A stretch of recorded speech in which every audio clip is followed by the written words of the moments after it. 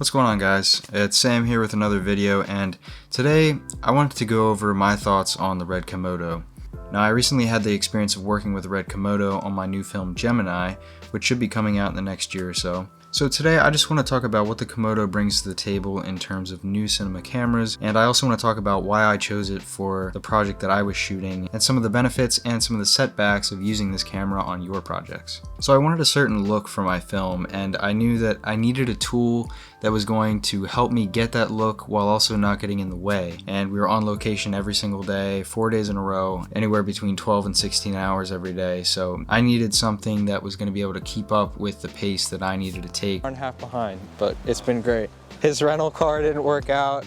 He had to like Uber over here, and then they had to go pick him up. It's like whole issue. And I picked up a Komodo because I felt that it was the camera that was best going to be able to handle all of those things that I was going to be throwing at it. So I'm going to go over 4 main things in this video that set this camera apart, and then I'm going to go into some of the downfalls of using this camera. So the first thing is the global shutter. Most cameras have a rolling shutter, which means the sensor scans either up or down, and it does so very quickly, especially depending on your shutter speed. But the problem with that is that if you move the camera quickly, you'll get very skewed lines, and I'll show you that right here. The lines are not straight up and down, and that's because as the sensor scans up or down, the camera is moving, and so that line is being captured in a skewed way. And some cameras are worse than others. If your camera is full frame or if it has a bigger sensor, then it's going to probably be worse than the Micro Four Thirds sensor, for example. But it's not a very desirable effect, and it's going to have a big effect on your film if you're shooting a lot of handheld or a lot of action sequences, which is what I was going to be doing in this film, and I knew that. So a global shutter is just going to give you a bit more of an organic look to your film, especially if there's a lot of motion, and this being an action sci-fi film, I knew I was going to be moving the camera a lot, and I knew that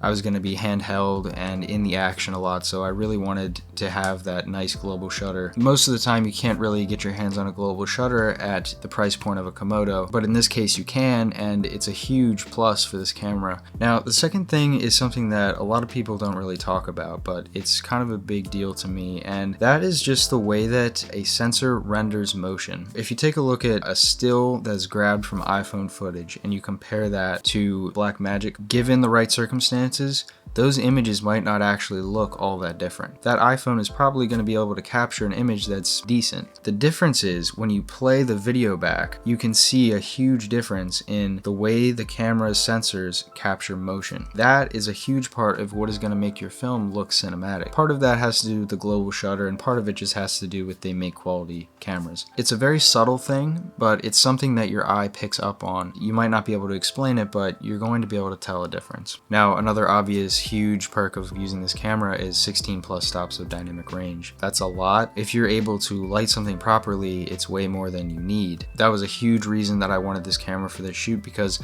I knew that I was going to be outside. I didn't have a lot of control over lighting. We were on location every day. Some of it was daytime shooting, so we were outside on the top of a mountain. There was a lot of camera movement that I was doing and a lot of following and running, and I didn't have a ton of control over lighting. We were just going to have to roll with natural lighting. I needed that 16 stops of dynamic range to be able to handle shooting with the sun as a backlight and still get that detail in the faces if I wasn't able to bounce too much or diffuse the sunlight for some of those running shots. You know, in those situations, 16 stops is really nice to have. The global shutter and 16 stops of dynamic range are usually pretty mutually exclusive, so the fact that this camera has both is pretty impressive. Now, the fourth reason that this camera is an easy choice for this film is that it was small. It's a cube. It doesn't require that much to get started, unlike some of the other Red cameras. I believe I ordered a V-mount battery plate for it. I needed a monitor, and that was about it. You know, on this shoot I was going to be doing a lot of gimbal work. That was huge because I could just throw that on the gimbal and it balanced so easily because its center of gravity is so much in the middle. I put it on the gimbal and it was balanced in 2 minutes. I was DPing as well as directing. You know, everybody on set was doing a bunch of different roles, so having that flexibility to take it on and off the gimbal was huge. And also, the camera's incredibly light. I mean, you know, this thing weighs like 2 pounds. The lens usually weighs more than the camera itself, so it's really nice to have so much power in such a small device. And then once again, the size of the Komodo allowed me to get in some really tight spaces with the camera that, you know, if I was using my old Red 1, which is, you know, this big, it's like a tank, wouldn't have been able to get into those spaces. So, you know, once again, the size of it, still having that big sensor, it's only a 1.33x crop, you know, you can still get a speed booster for it. You actually get more than full frame plus an extra stop of light. So if you pick up that speed booster, you've got full frame, global shutter, and 16 stops of dynamic range, and that's very impressive, and something that Red's been doing great for years is their codec. It's one of my favorite codecs, if not my favorite codec. You can get really good file sizes at 6K, and you still get amazing looking footage with no noticeable compression, and of course the color is excellent as well. I'm still trying to decide if I like Red or Blackmagic color science more. Now, there were a couple downsides to using this camera. The biggest one that I'm going to talk about here is constantly having to black shade this camera. I made the mistake of forgetting to black shade. Now, we were shooting this in March, so it was back in early spring, and we're in Pennsylvania. It was 65 degrees during the day, so everybody's walking around in shorts and t-shirts, and then it goes down to in the 20s at night. That was rough on the camera. It was rough on a lot of the gear.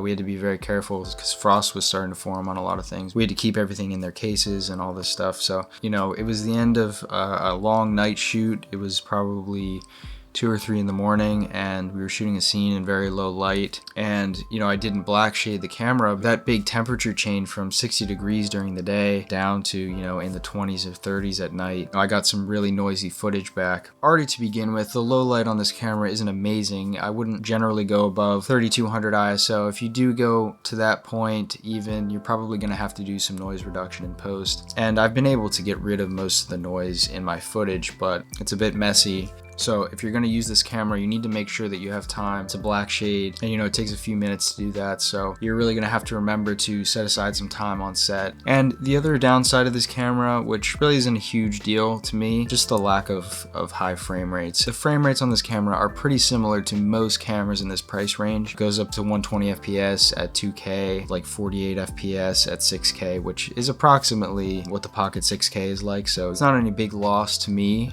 using this camera. So overall, I mean, I was thrilled with this camera. It was definitely the right choice for me on my film Gemini, and you know, as an indie filmmaker, Red bringing out this camera into the $6,000 price range and having limited accessories that you need to get it going is a pretty big deal for a lot of lower budget indie filmmakers who are trying to get into the game. I would definitely recommend looking into it. So if any of you guys have used a Red Komodo or you want to share your thoughts on it, go ahead and leave a comment below.